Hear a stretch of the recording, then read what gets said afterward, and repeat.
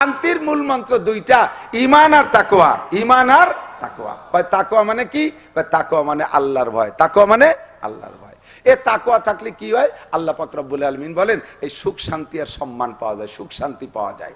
আল্লাহ পাক রব্বুল আলামিন বলেন আমাইয়াত্তাকিল, দিকে যুবক আমার দিক তাকাও, আমাইয়াত্তাকিল্লাহা ইয়াজআল লাহু মাখরাজা ওয়া ইয়ারযুকহু মিন হাইসু লা ইয়াহতাসিব। চরম মজার গল্প। আমাইয়াত্তাকিল্লাহ, যে আল্লাহরে ভয় পায়, জোরে কান, যে আল্লাহকে, যে আল্লাহকে, আল্লাহ কাছে যে আমারে ভয় পায় আমি তারে দুইটা জিনিস দেই, আল্লাহু মাখরাজা, যত প্রকার বিপদ আছে ওই বিপদ থেকে বের হওয়ার একটা পথ তারে আমি খুলে দেই। বিপদ, যে কোনো বিপদে পড়বা, আল্লাহকে ভয় পাইলে আল্লাহ তোমারে বিপদ থেকে বের হওয়ার পথ খুলে দেবে, জেলখানাতে বের করে দেবে, মামলা থেকে বের করে দেবে, যত প্রকার বিপদ আছে ওখান থেকে বের করার ব্যবস্থা আল্লাহ করে দেবে। এক নম্বরে ওমাইয়াত্তাকিল্লাহ ইয়াজআল লাহু মাখরাজা, দুই নম্বরে ওয়ায়ারযুকহু মিন হাইসু লা ইয়াহতাসিব, ধারণার বাহির স্থান থেকে রুজির ব্যবস্থা করে দিবে।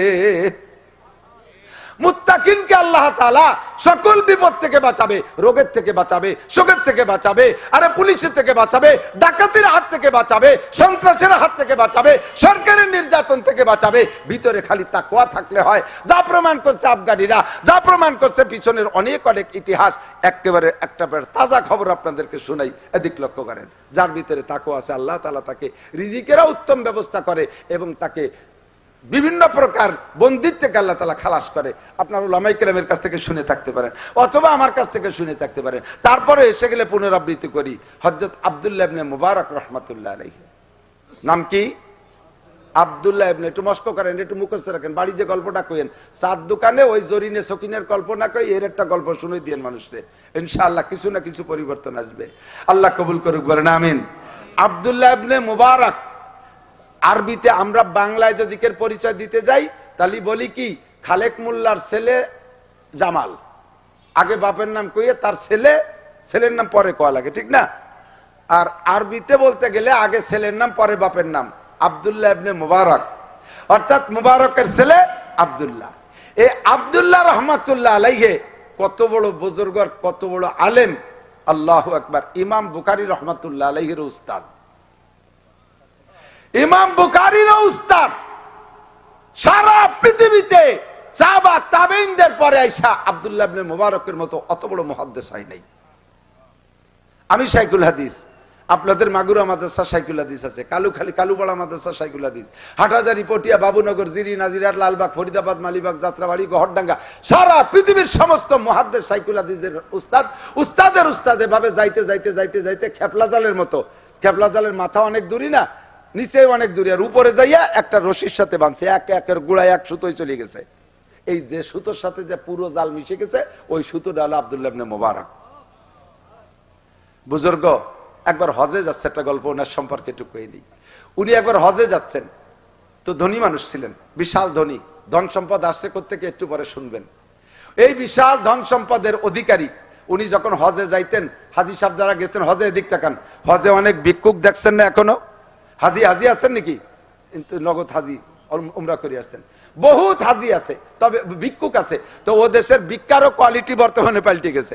মহিলা এক্সকরোলা গাড়ি একটা চালাইয়ে আইসে রাস্তার পাশে জায়গা মতো পার্কিং এ পার্কিং করে থুয়ে এবার উনি ভিক্ষা করতে নামছে, দিন ভরে ভিক্ষা টিক্ষা করে মহিলা নিজের করোলা গাড়ি চালাই চলে যাচ্ছে। আমাদের দেশে এ দেখলি ওরা কেউ ভিক্ষা দিত, ওর গাড়ি কাড়ি রেখে দিত। তো দেশে আগের থেকে এরকম ভিক্ষুকের খুব ভিড়।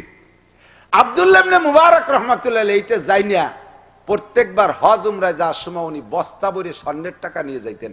উনি আর গোলাম যাইতেন এক উটে, আর একটা উটের পিঠ ভরে শুধু স্বর্ণের টাকা নিতেন বস্তা ভরে।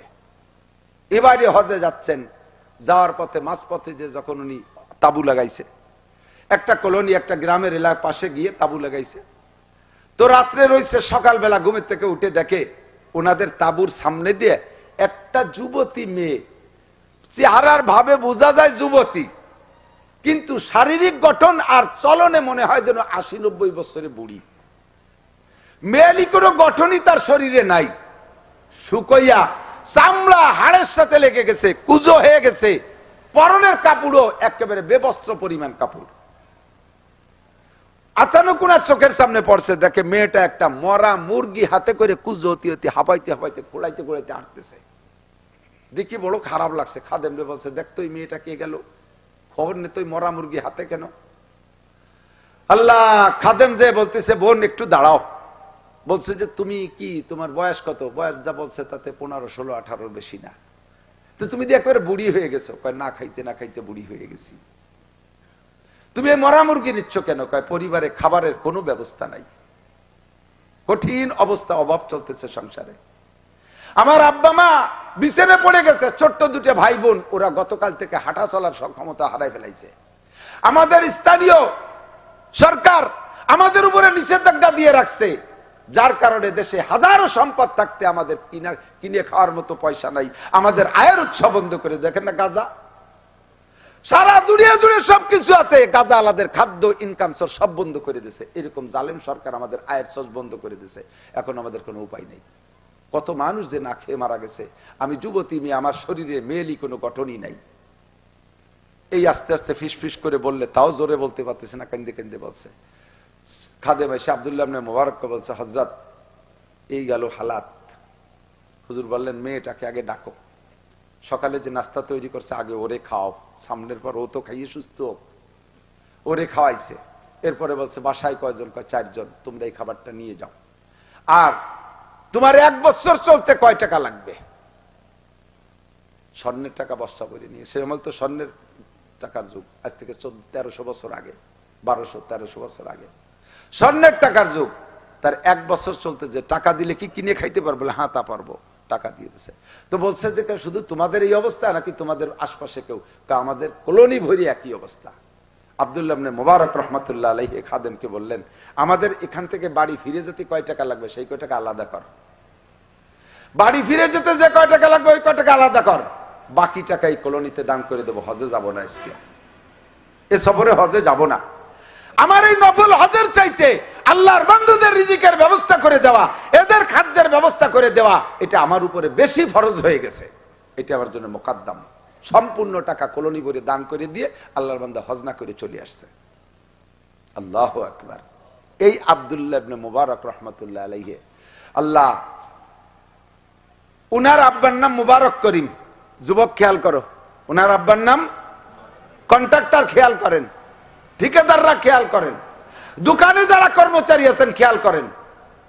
এই মুবারক করিম আব্দুল্লাহ রাহমাতুল্লাহ আলাইহির আব্বা জান। ওনার আব্বা মুবারক করিম গোলাম, আজাদ মানুষরা, নিজস্ব কোনো সম্পদ নাই, একেবারে গোলাম, মানে 14 পুরুষ ধরে গোলাম। গোলাম কাকে বলে বোঝেন নাই? গোলাম বলে যার নিজস্ব কিচ্ছু থাকে না।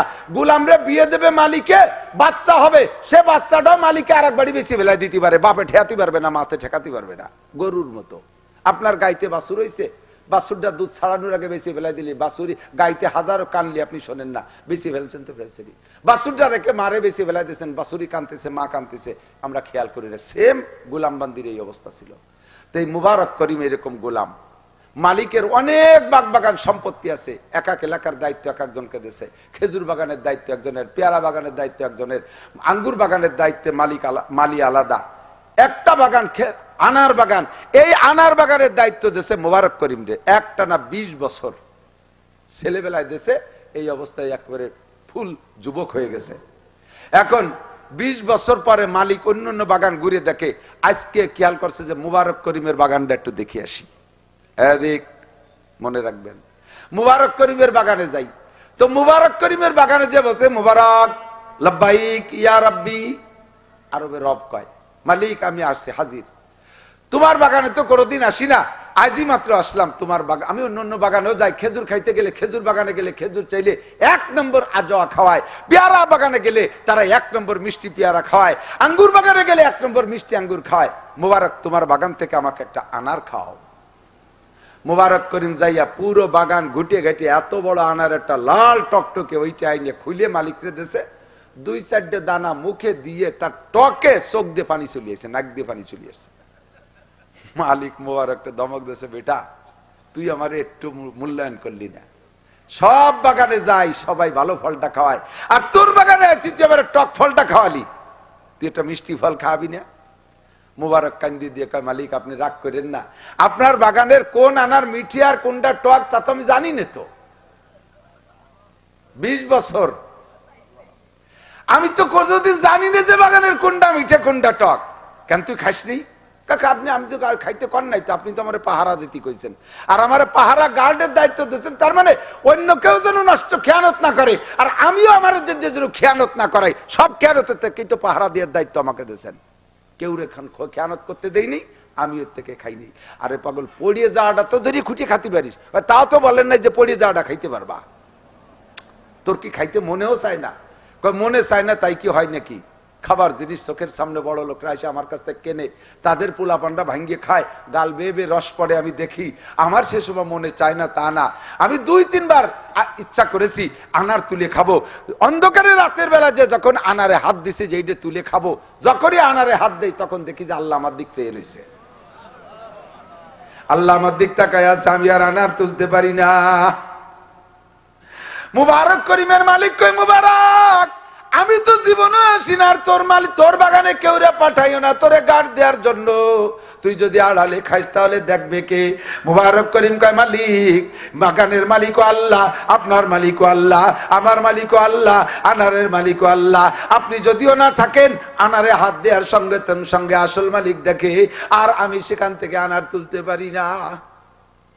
মালিক খুশি হইয়া একেবারে কান্নার ভিতর দিয়ে খুশি হয়ে কয়, মুবারক তোর মতো বোঝর করে গোলাম বানায় আটকায় রাখছি, আল্লাহর কাছে আমার জবাব দেয়া লাগবে।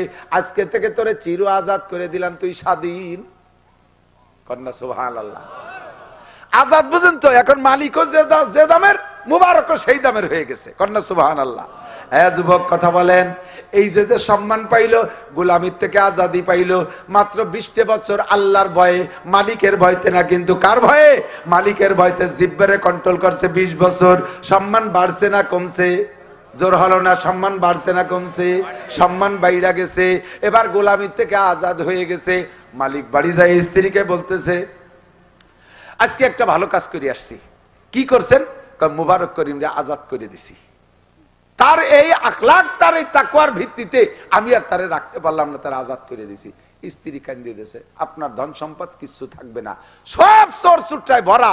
এক মুবারক করিমের তাকওয়ার বদৌলতে আল্লাহ তাআলা আপনার সম্পদ বাড়াই দিয়ে যাচ্ছে, আর তারে দেশেন আজাদ করে ও যাবেন চলিয়া, আজকের থেকে ধন সম্পদে ধস লেগে যাবে, আর সর্বনাশ করছে। তাড়াতাড়ি মুবারকের ঠেকানো যায় কিভাবে তাই দেখেন। মালিক চলে গেছে, যে বলছে, মুবারক তুমি তো আজাদ হয়ে গেছে, এখন তোমার আর ধরে রাখার ক্ষমতা আমার নাই, তবে তুমি বাবা মেহেরবানি করে, তোমার কাকি বলছে তুমি আমার এখান থেকে যাইও না, সর্বোচ্চ বেতন যা আছে তা দিয়ে তুমি, আমার এখানে তো অন্য কর্মচারীও ব্যবহার করা হয়, আমার সর্বোচ্চ বেতন তোমাকে দেয়া হবে, আর আমার পুরো সম্পদের চিফ ম্যানেজার আজকের থেকে তোমাকে বানাই দেয়া হলো। সম্মান বাড়ছে না কমছে? আল্লাহ কায় ওমাইয়াত্তাকিল্লাহ ইয়াজআল লাহু মাখরাজা, 1 নম্বরে গোলামের জিনজির থেকে বের করছে, ওয়ারযুকু মিন হাইসু লা ইয়াতাসিব। এরপরে আল্লাহ কায় ইন্না আকরামাকুম ইনদাল্লাহি আতকাকুম, তোমাদের মধ্যে সবচাইতে সম্মানী ওই ব্যক্তি যার ভিতরে তাকওয়া বেশি, যার ভিতরে তাকওয়া বেশি ওই লোকটা সম্মানী। আরে আমেরিকান হইলে সম্মানী হয় না, জাপানি হইলে সম্মানী হয় না, ইটালি, অস্ট্রেলিয়ান, ফ্রান্সে যাইতে পারলে সম্মানী হয় না, এমপি মন্ত্রী হলে আল্লাহর কাছে সম্মানী হয় না। আল্লাহর কাছে সবচেয়ে সম্মানী দামি ব্যক্তি যার ভিতরে তাকওয়া পরহেজগারি বেশি। মুবারক করিম এবার গোটা সম্পদের চিফ ম্যানেজার, দায়িত্ব পালন করতেছে। বেশ কিছুদিন পরে যাইয়া মালিকের একটা মেয়ে, অ্যাডাল্ট, একটাই মাত্র মেয়ে, বিশাল সম্পদের ভিতরে একটা মাত্র মেয়া মালিকের, এই মেয়েটা অ্যাডাল্ট হয়েছে, বিয়ে দিতে হবে। এখন স্বামী স্ত্রী দুইজন মিলে পরামর্শ করছে, ছেলেটা কেমন হলি ভালো হয় কত? তো স্ত্রীও বলতেছে, নিজেও পরামর্শে একমত হয়েছে, যে আরে আমরা কি বা বুঝি, আমরা তো লেখাপড়া জানি না, একজন শিক্ষিত মানুষ, আমানতদার মানুষের কাছে জিজ্ঞেস করলে হয়, মেয়েটা কেমন ছেলে দেখে বিয়ে দিলি ভালো। দুইজনে একমত হয়েছে, কার কাছে জিজ্ঞেস করবো? আমানতদার মানুষের কাছে তার জিজ্ঞেস করা যায় না। কতক্ষণ জামাই মেয়ে একটা বিয়ে দিয়েছেন, আগের জামাই, নিচে আরো মাইয়ে দুটি আছে, সে মেয়েগুলো অ্যাডাল্ট, শিয়ানা, যুবতী। এই আগের জামাই শালিগে নিয়ে নষ্টি খষ্টি আইজলেমি ফাইজলেমি করার জন্য শালিগে বিয়ে দিতে দেয় না। বিভিন্ন জায়গাতে কথা আছে, ওর কি বিয়ের বয়স হয়েছে, একে কেবল বয়স 29, এ কি বিয়ে দেয়, এর কি বয়স হয়েছে, এরপরে লেখাপড়া করুক, এখনো ছেলে মানুষ, মানে ওই শয়তানটা জুত পাচ্ছে। এর কাছে পরামর্শ চাইলে বিয়ে দিতে দেবে না। মুবারক করিমের কাছে কয়তো চল আমরা দুইজনই মুবারকের কাছে পরামর্শ নেই, মেয়েটা বিয়ে দেবো, ছেলেটা কেমন হলি ভালো হয়। তা মুবারক কইতেছে, মুবারককে ডেকে বলতে, মুবারক তুই তো আমার ম্যানেজার, তুই একটু পরামর্শ দাও তো বাপ, মেয়েটা বিয়ে দেবো, কেমন ছেলে হলি ভালো হয়। তো মুবারক বলতেছে, হুজুর আমি কি বলবো, বিশ্বনবী মুহাম্মদুর রাসূলুল্লাহ ছেলে মেয়ে বিয়ে দেওয়ার জন্য পাত্র পাত্রী খোঁজার পরামর্শ হুজুরি হাদিসের মধ্যে দিয়েছে, তুনকাহুল মারাতুলি আরবা। এ যুবক আমার দিক তাকা, মেয়েকে ছেলে মেয়েদেরকে বিয়ে করে ছেলেরা চারটে দিক দেখে। এক নম্বর এলি জামালিহা, মেয়ের রূপ দেখে, রূপের ভক্ত সবাই। দুই নম্বর এলি মালিহা, মালদার পার্টি দেখে। যদি শ্বশুর কোটিপতি হয় তাহলে বুড়ো মূর্তি যে দেরি কোটিপতি আমি হয়ে যাব, কাজেই এক বাপের এক মাই ওইটা ধরতে হবে। দুই নম্বর এলি হাসাবিহা, ভালো বংশ দেখে, মাগুরার ভিতরে একেবারে কাঠি কাটা বংশ কারা, ওই বংশের মাইয়েরটা নিতে পারলি পারা মাগুরা দিয়ে হুক্কা মারিয়ে বেড়াতে পারবো, আর আমার ধরে কেডা, নিচে পাল্লা উপরে আল্লাহ, যা করে আল্লাহ। এইভাবে জায়গা খুঁজে বেড়ায়। তিন নম্বরে, চার নম্বরে দিন ইহা, দিনদার দেখে মেয়ে খোঁজে, দিনদার মেয়ে খোঁজে। আরে রূপ থাকলি ভালো, না থাকলি দোষ নাই, সম্পদ থাকলি ভালো, না থাকলি দোষ নাই, বংশ ভালো হলে আরো ভালো, না থাকলি দোষ নাই, তবে দিনদার না হলে দোষ আছে।